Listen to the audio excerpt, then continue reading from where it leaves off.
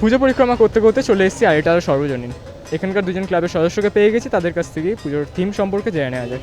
আপনাদের পরিচয় করুন। নমস্কার, আমি আহিটর সার্বজনীন দুর্গোৎসব সমিতির সদস্য শিবম আঢ্য। নমস্কার, আমি গৌরব পান্ডা। এবারে থিমটা কি আসলে?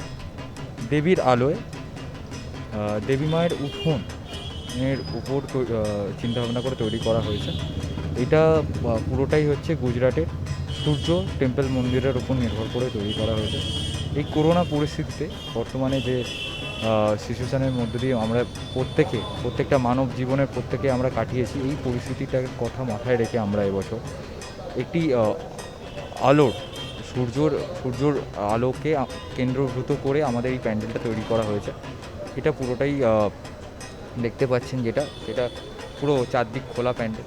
তো এটাই হচ্ছে আমাদের এবছরের বৈশিষ্ট্য।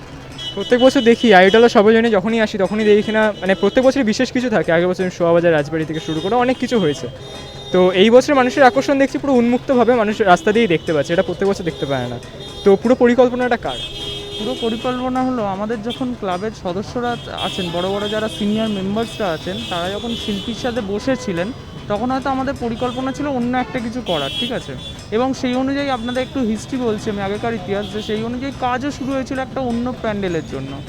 কিন্তু তারপর আমাদের মাথায় আসে যে দেখুন, যদি প্রত্যেকবারের মতো আমরা প্যান্ডেল করি তাহলে স্বাভাবিকভাবেই দর্শককে ভেতরে ঢুকতে হবে। এবং দর্শককে ভেতরে ঢুকলে দেখুন প্রত্যেকেই অনেক দূর দূর থেকে আসেন, ওনারা চান যাতে 1 থেকে 2 মিনিট অন্তত প্যান্ডেলটাকে ফিল করতে পারেন, অনুভব করতে পারেন। সেইটা যদি না করতে পারেন তাহলে ওনারা দাঁড়িয়ে যান এখানে। এবং সেক্ষেত্রে কী হয়, যদি আমরাও আবার ওনাদেরকে সরাবার জন্য ঢুকি সেক্ষেত্রেও গ্যাদারিং হওয়ার চান্স থাকে। তো মাননীয় হাইকোর্ট রায় দিয়েছেন, আপনারা সবাই জানেন, সেটা জাস্ট পুজোর আগে কিন্তু তারও প্রায় 2 মাস আগে আমাদের মাথায় চিন্তাভাবনা এসেছিলো যে উত্তর কলকাতার বুকে আমরা এবারে একটা নতুন চমক আনবো, যে 4 দিক খোলা প্যান্ডেল।